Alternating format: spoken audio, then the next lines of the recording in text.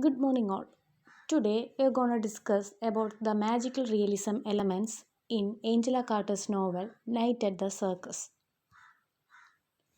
What is magical realism?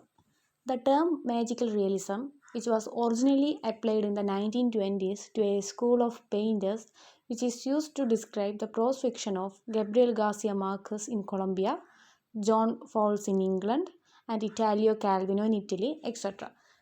These writers interweave in an ever shifting pattern or a sharply edged realism in representing ordinary events and descriptive details together with fantastic and dreamlike elements, as well as with materials derived from the myth and fairy tales.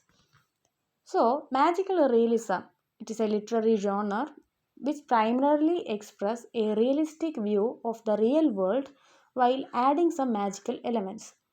It is a fiction with the magical or supernatural elements presented in a real world in the mundane settings. When we look onto a particular work, we can see all of a sudden something supernatural appears in the realistic setting. The magic is normalized in a contemporary setting, and the characters in the fiction do not have any reaction to the magical thing that is happening. Here, the extraordinary becomes the ordinary, and the characters themselves accept the magical as realistic.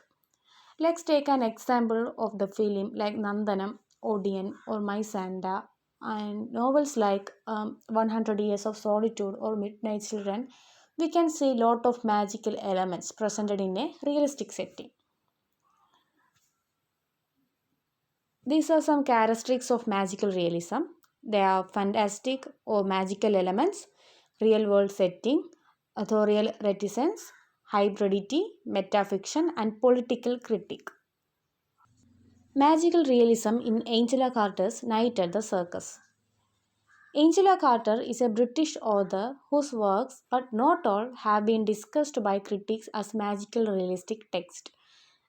The very beginning of the novel sets the overall tone of the text, presenting the magical description as real. When we look at the geographical location of this novel, it can be divided into three parts, and the story becomes more and more fantastic along with the geographical movement from London, St. Petersburg, and Siberia.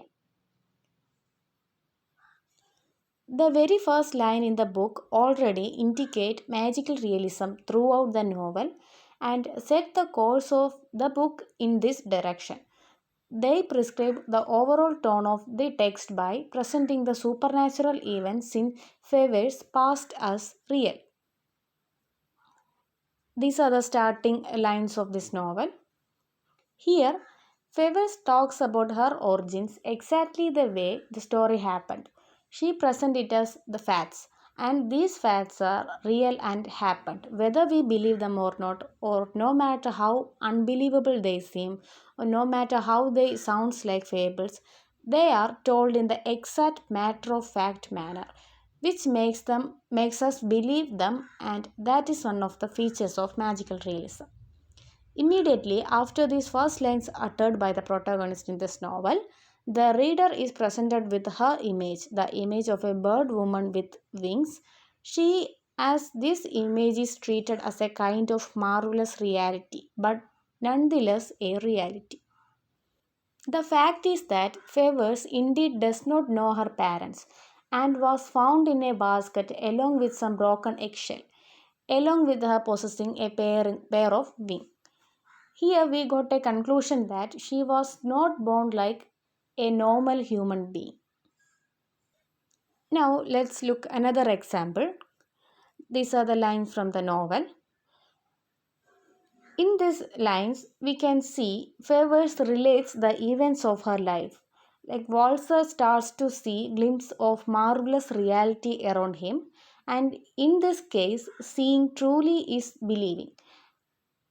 As Favors progresses with her story, Walser becomes less and less critical, even though the story itself becomes more dreamlike.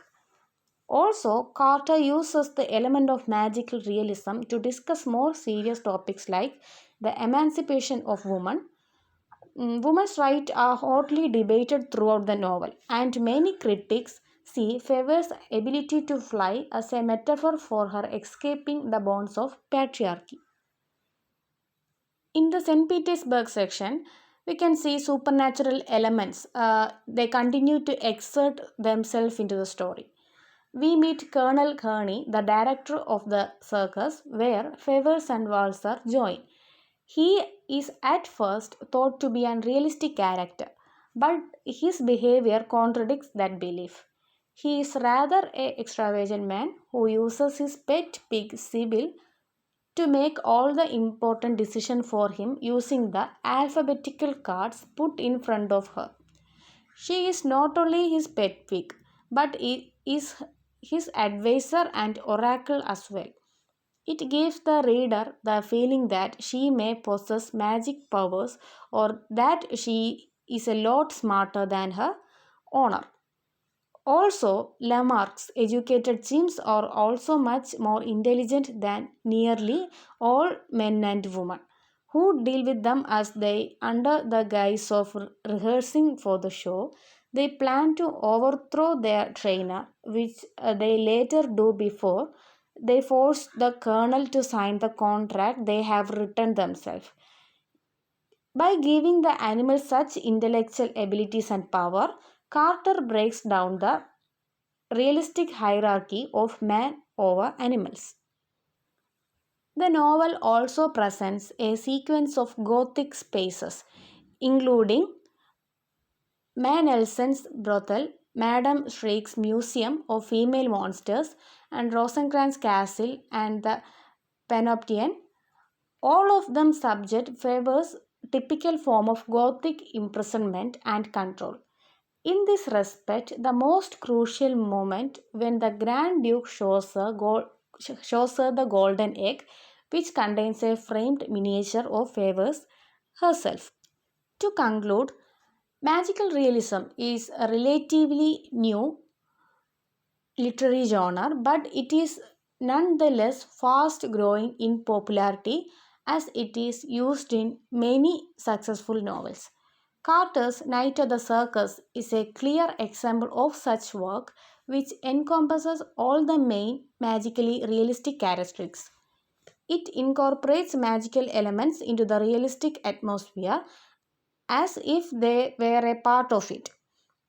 Also, political critique, which is a common tool in magical realism, takes as its main aim subjects of individualism, personal freedom, patriarchy, equality, feminist and post-feministic movements.